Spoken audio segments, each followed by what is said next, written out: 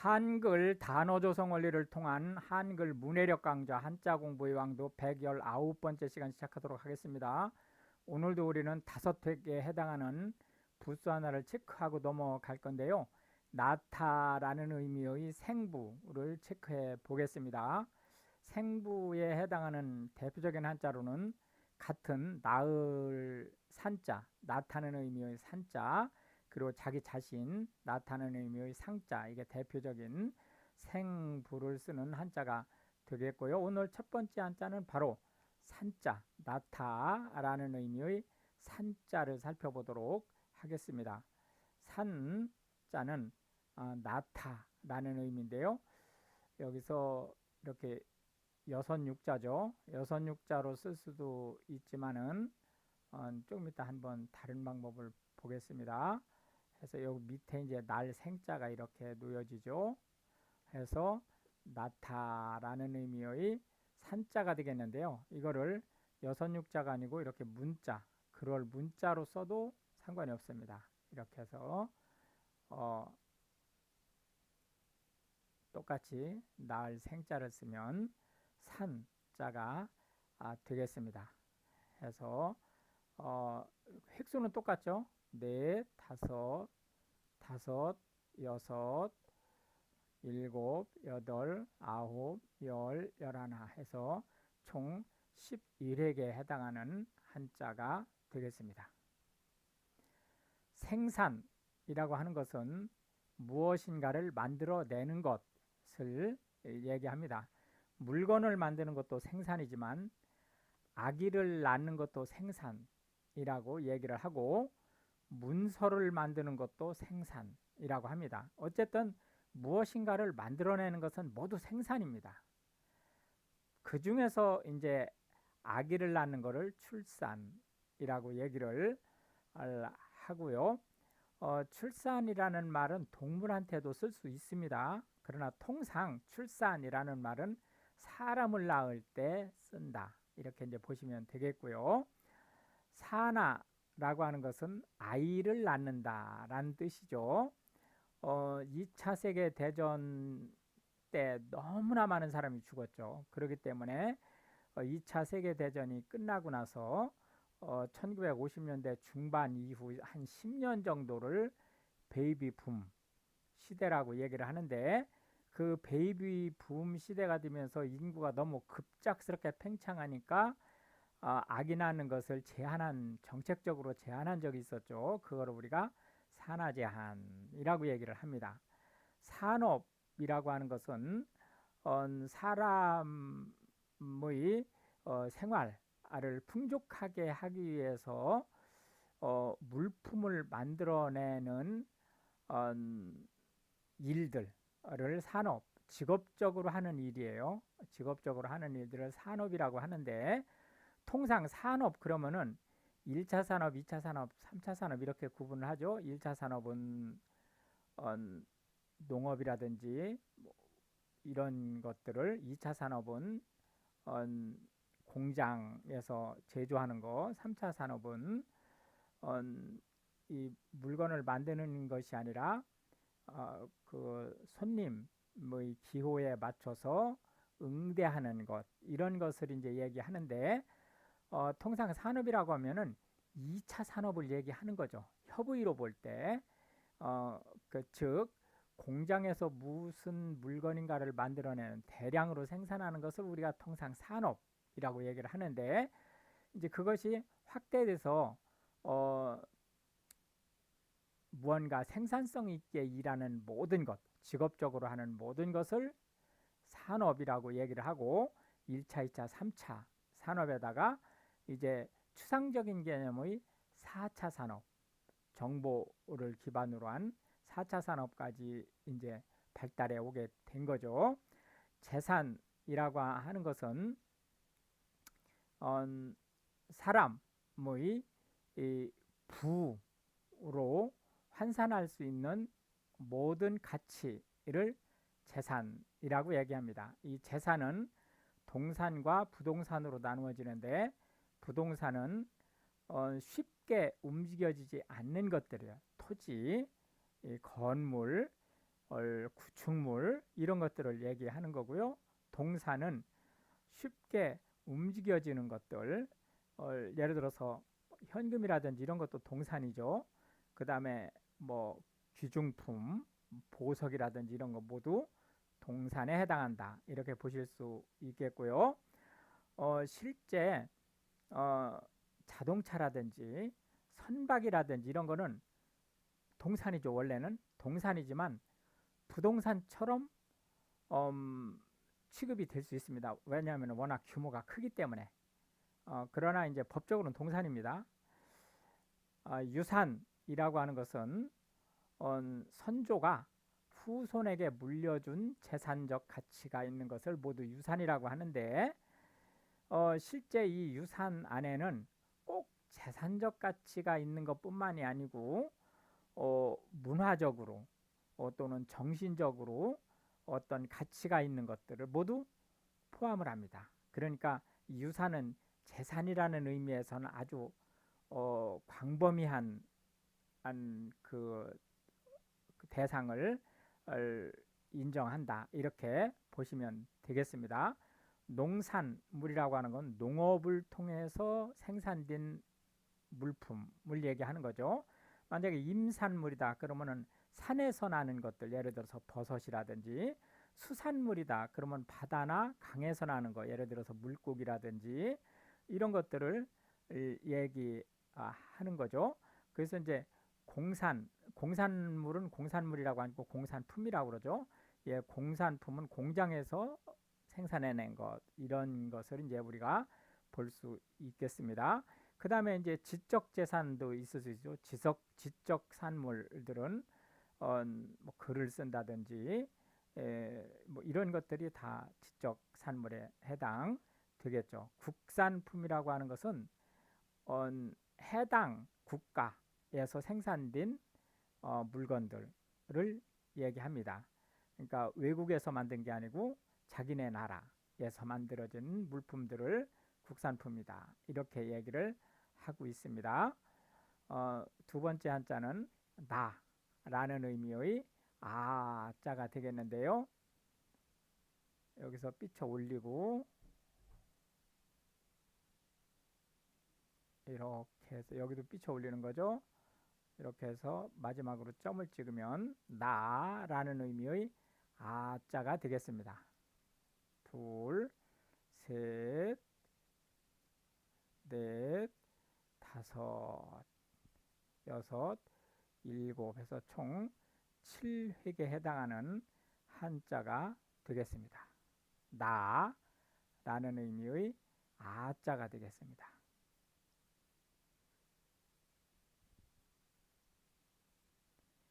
자라고 하는 것은 자기 자신에 대한 정체성을 인지하는 것을 얘기합니다.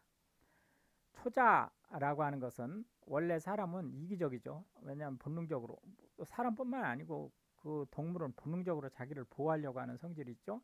그런 것들을 탈피해서 선을 지향할 수 있는 아주 그 숭고한 그 자의식을 초자라고 얘기를 하고,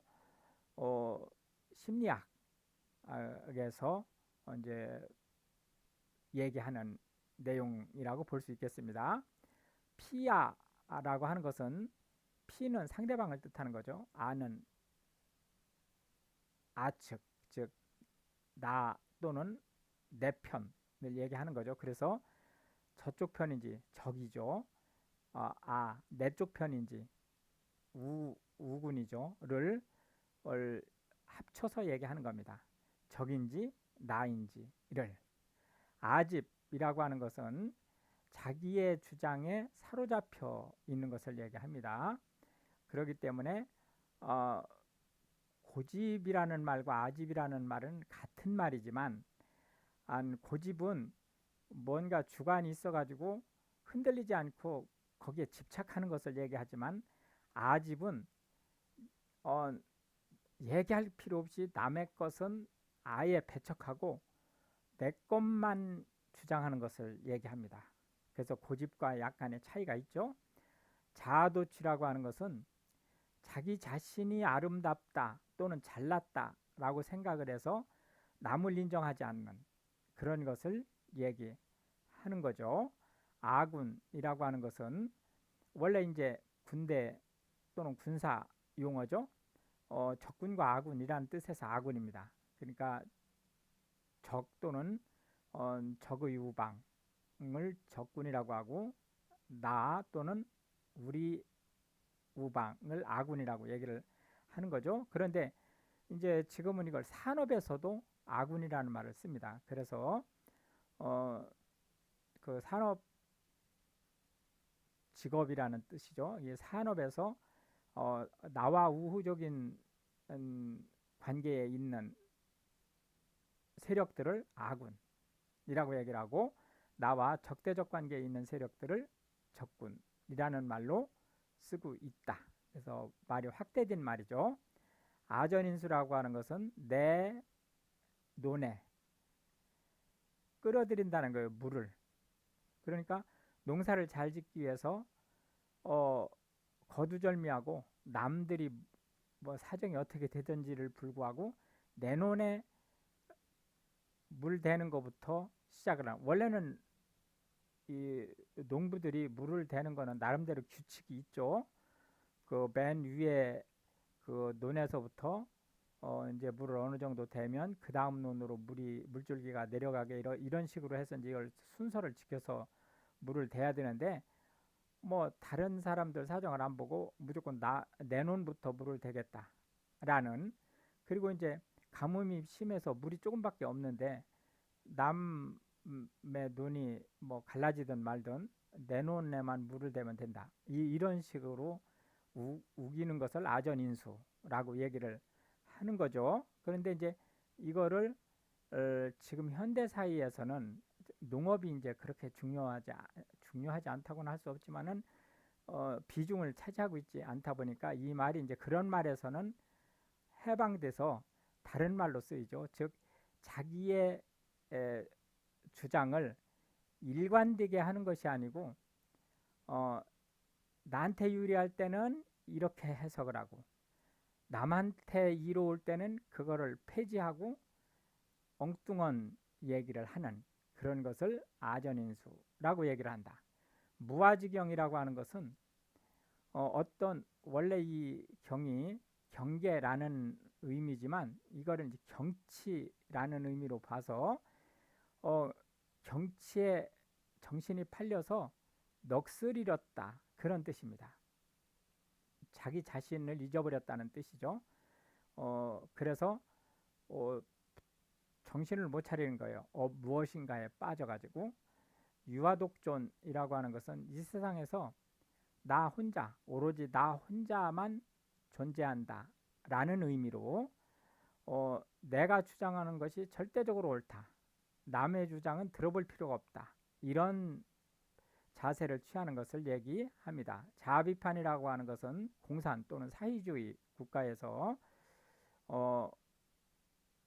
국민들을 통제하기 위한 수단으로 자기가 오늘 하루 동안 무슨 잘못을 했는지를 공개적으로 비판함으로써 상호 견제하는 기능을 하게 하는 것을 얘기합니다. 원래 이제 자아 비판은 나 자신에 대한 비평을 얘기하는 거죠. 근데 그것이 이제 원래의 의미는 다 사라지고 정치적 프로파간다 형태의 기능만 살아남아 있는 상태가 되었다. 마지막 한자, 오늘의 세 번째 한자는 없애다 라는 의미의 제자가 되겠습니다. 지워버리다, 없애버리다, 그런 의미. 이게 지금 이제 삐쳐서 올리죠. 해서 제자가 되겠습니다. 하나, 둘, 셋, 넷, 다섯, 여섯, 일곱, 여덟, 아홉에서 총 9획에 해당하는 한자가 되겠습니다. 그래서 없애다 라는 의미의 제자가 되겠습니다.